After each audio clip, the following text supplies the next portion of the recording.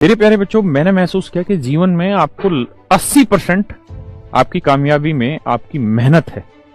अगर आपकी मेहनत 80% नहीं पहुंची तो आपका सिलेक्शन नहीं होगा। मतलब 80% तक तो आपकी मेहनत ही कामयाब कराती है और 20% हिस्सा ऐसा होता है जो आपकी किस्मत कहलाती है, जिसे हम किस्मत कहते हैं।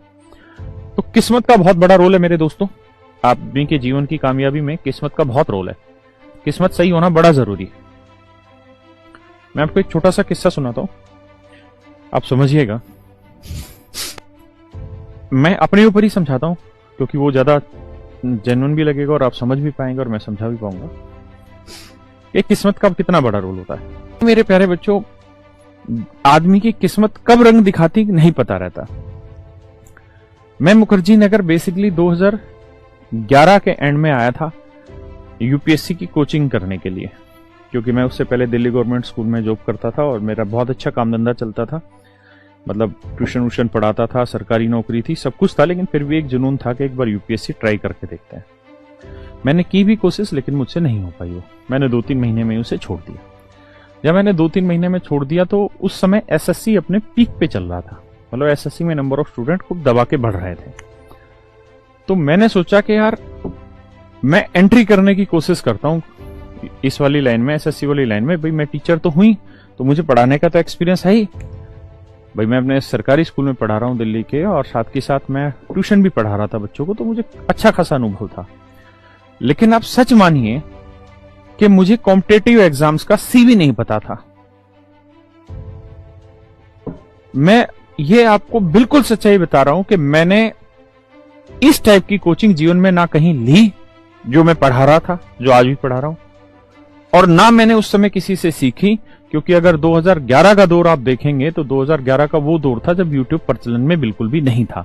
ये तो 2013-14 के बाद, 15 के बाद ये प्रचलन में आया। जब मैं यूट्यूब पे वीडियो बनाता था तो शायद मैं पहला ही टीचर था जो एसएससी की फील्ड का जो यूट्यूब पे वीडियो बनाता था परसेंटेज वगैरह की, और पूरे दिन में जाके 200-300 व्यू ऐसे होते थे। उसके बाद फिर एक जियो आया, जियो के बाद क्रांति आई, गांव-गांव तक यूट्यूब पहुंचा। उसके बाद फिर बहुत सारा कंटेंट यूट्यूब पे आ गया और लोग पढ़ने भी लगे, हमें भी आदत होगी वहां से। लेकिन मेरा 2-3 साल शुरुआत का ऐसा था कि मुझे कख नहीं पता था कॉम्पिटेटिव एग्जाम्स का। लेकिन मेरे मन में था कि यार अब मैं यूपीएससी की कोचिंग में तो कामयाब हो नहीं पाया, क्योंकि मेरे से बन नहीं पाई आपकी बात। मैं समझ ही नहीं पाया। 1-1.5 महीने के बाद मेरा मन खराब हो गया कि मैं नहीं कर पा रहा हूं तैयारी, कंसंट्रेट नहीं कर पा रहा हूं।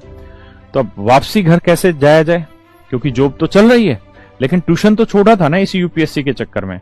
और आप सोचिए 2011 में अगर आप 1-1.5 लाख रुपए ट्यूशन पढ़ा के कमा रहे हो तो बहुत बड़ी चीज थी। और अब आप दोबारा से जीरो पे आ गए, क्योंकि एक सरकारी तनख्वाह है। तो इत्तेफाकन से हुआ क्या कि मैंने सोचा कि इस लाइन में ट्राई करते हैं कोचिंग की। मैं तो मुखर्जी नगर में करीबन 25-30 इंस्टीट्यूट थे मेरे बच्चों। मैं 25-30 सभी के पास गया, और सभी के पास कोई इंग्लिश का इंस्टीट्यूट था, कोई मैथ का होगा, कोई रीजनिंग का होगा, बहुत सारे अलग अलग टीचर्स के इंस्टीट्यूट थे और ठीक ठाक इंस्टीट्यूट थे उस समय। मैं सबके पास गया, और उस समय तो स्टूडेंटशिप में ही ज्यादा थी। तो पहले जैसे किसी टीचर के पास चले गए तो उनके पास 2-3 क्लास तो उनके पास डेमो में बैठे रहते थे। एक इंग्लिश के टीचर थे, मैं नाम नहीं लूंगा, बड़ा उनका एटीएम करके नाम था, आत्माराम नाम था उनका। तो मैं उनकी क्लास में बैठा 4-5 दिन, इसीलिए कि एक बार मतलब बातचीत हो जाए, ये मुझे पहचान जाए तो मैं अपनी बात कह दूं उनके सामने। तो मैंने उनको कहा कि सर मैं ऐसे गवर्नमेंट स्कूल में टीचर हूं और मेरे को पढ़ाने का मौका दे दो। तो वो मुझे करीबन 1 महीने तक उस चीज में टरकाते रहे। आखिरकार उन्होंने मौका नहीं दिया। इसी बीच बहुत सारे इंस्टीट्यूटों में ऐसे घूमते फिरते मैं मौका ढूंढता रहा, कहीं मौका मिला नहीं। तो मेरे एक दोस्त थे वरुण करके, जो यूपीएससी में तैयारी कर रहे थे, तो वो पढ़ाई में यूपीएससी में कंटिन्यू कर जा रहे थे और मुझसे नहीं हो रही थी। और मैथ वालों के साथ एक ये बहुत बड़ी समस्या है कि जिनका मैथ बैकग्राउंड रहा है ना, उनके बस की जीएस वीएस पढ़ने की औकात है ही नहीं उनकी, क्योंकि उनका जो सेटअप है ना वो बिल्कुल डिफरेंट होता है सोचने का। और ये जो यूपीएससी वाला जीएस वाला पोर्शन होता है, इसको सोचने का और पढ़ने का सेटअप बिल्कुल डिफरेंट होता है। हमें आंसर करेक्ट चाहिए होता है मैथ में, और वहां पे आंसर करेक्ट आता ही नहीं है। वहां तो आंसर की एक रेंज आती है, तो हम उस रेंज में अपने आप को शामिल ही नहीं कर पा रहे थे। तो मैं थक हार के 1.5-2 महीने में ट्राई करता बिल्कुल परेशान हो गया कि भाई मौका तो यहां कोई नहीं देने वाला। और उस समय एसएससी ने 2011 में पहली बार ऐसा किया था कि प्री तो था ही ऑब्जेक्टिव, मीन्स भी ऑब्जेक्टिव कर दिया था। पहले मीन्स सब्जेक्टिव होता था लिखने वाला। तो उस समय क्या हुआ कि ऑब्जेक्टिव कर दिया 2011 में, और सबसे बड़ी चीज ये हुई कि 2012 मतलब 11 में एडवांस पोर्शन मतलब इंट्रोड्यूस कर दिया एसएससी ने, जिसे हम ज्योमेट्री, मेंसुरेशन, ट्रिग्नोमेट्री कहते थे। और एडवांस पोर्शन इंट्रोड्यूस किया तो एडवांस पोर्शन का जो 2011 का मीन्स था उसमें जो उसका जो रोल था वो कुछ ज्यादा बड़ा कर दिया, यानी 70% मीन्स में एडवांस हो गया और 30% अरिथमेटिक हो गया। तो उस समय एक बड़ा जाना पहचाना इंस्टीट्यूट था जहां मैंने शुरुआत की पैरामाउंट में कोचिंग की। तो वहां पे बहुत सारे टीचर थे, बहुत अच्छे अच्छे टीचर थे, और भी सारे जगह टीचर थे, लेकिन वो सारे मोस्टली वो टीचर थे जो एसएससी की ही कोचिंग कर रहे थे, और करते करते उनका सिलेक्शन नहीं हुआ तो फिर टीचर बन गए, या कहीं लग भी रहे थे तो एसएससी की ही कोचिंग कर रहे थे। तो उनको अरिथमेटिक ही उन्होंने आज तक जीवन में पढ़ाया था और अरिथमेटिक ही उनको आता था। और मैंने आपको कहा कि मैंने जीवन में कभी कोचिंग का सी नहीं पढ़ा, क्योंकि मैंने कभी कोचिंग की ही नहीं है वाली। अब इत्तेफाकन से एडवांस आया और मैं 1.5-2 महीने 10 ठोकरे खा ही रहा था कि मुझे कोई मौका मिल जाए कहीं से घुसने का। तो मेरे दोस्त था वरुण, मैंने कहा यार कति हद हो गई, अब बिल्कुल मतलब जीवन झंड कर लिया यहाँ पे ना, पूरा 6-7 महीने खराब कर लिए, 2-3 महीने यूपीएससी के, 2-3 महीने उस टाइम के। मैंने कहा अब दोबारा जाएंगे यार और अपना वही ट्यूशन ही स्टार्ट करेंगे भाई, अब तो वही है जो है। उसने कहा कि चल मैं कोशिश करता हूँ पैरामाउंट में तेरी बात करके देखता हूँ। उसका कोई दोस्त था जो रिसेप्शन पे नौकरी करता था, तो बोला मेरा एक दोस्त है वो वहां रिसेप्शनिस्ट है और मैं बात करता हूं आपकी। मेरी उससे बहुत अच्छी दोस्ती थी और मैंने कहा यार आज आखिरी है, मैं अब मुखर्जी नगर नहीं आने का। तो बोला रुक। फिर उसने बात करी और बात करके इत्तेफाक से, मतलब पता ही नहीं क्या किस्मत थी मेरी, कि जिस दिन मैं आखिरी दिन, जिस दिन मैं मुखर्जी नगर छोड़ना चाह रहा था कि अब मैं मुखर्जी नगर नहीं आऊंगा क्योंकि यहाँ टाइम पास के अलावा और कुछ नहीं होता मेरे लिए, उसी दिन उसने बात करी और उसी दिन उन्होंने मुझे डेमो के लिए बोल दिया कि आ जाओ डेमो के लिए।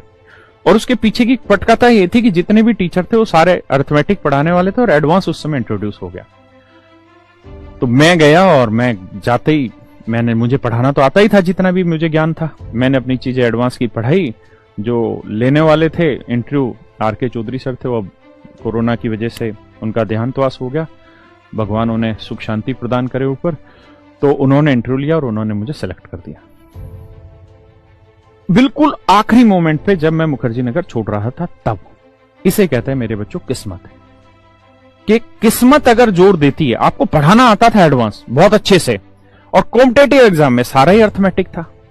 किस्मत देखिए कहां पे क्लिक करती है कि एसएससी ने पूरा सिस्टम बदला, सिस्टम बदलते बदलते एडवांस पे आया, एडवांस पे बदलते बदलते मेरी ठोकरें खत्म होने पे थी, तभी मुझे मौका मिला और मैं चला। और उसके बाद मैंने जो सीखा अरिथमेटिक में, मैंने अपने बच्चों से ही सीखा। मतलब जो जो चीजें थी जिनको पढ़ा रहा था वही धीरे धीरे मुझे क्रॉस बताते चले गए और मैं वहीं से धीरे धीरे सीखता चला गया। तो ये होती है मेरे प्यारे बच्चों किस्मत। तो आदमी के जीवन में मेहनत बड़ी जरूरी है, लेकिन उसके साथ साथ किस्मत भी बड़ी जरूरी है। और शायद किस्मत जो बनेगी वो आपके अच्छे प्रयासों से और मेहनत से बनेगी, समाज के प्रति अच्छा रवैया हो उससे बनेगी।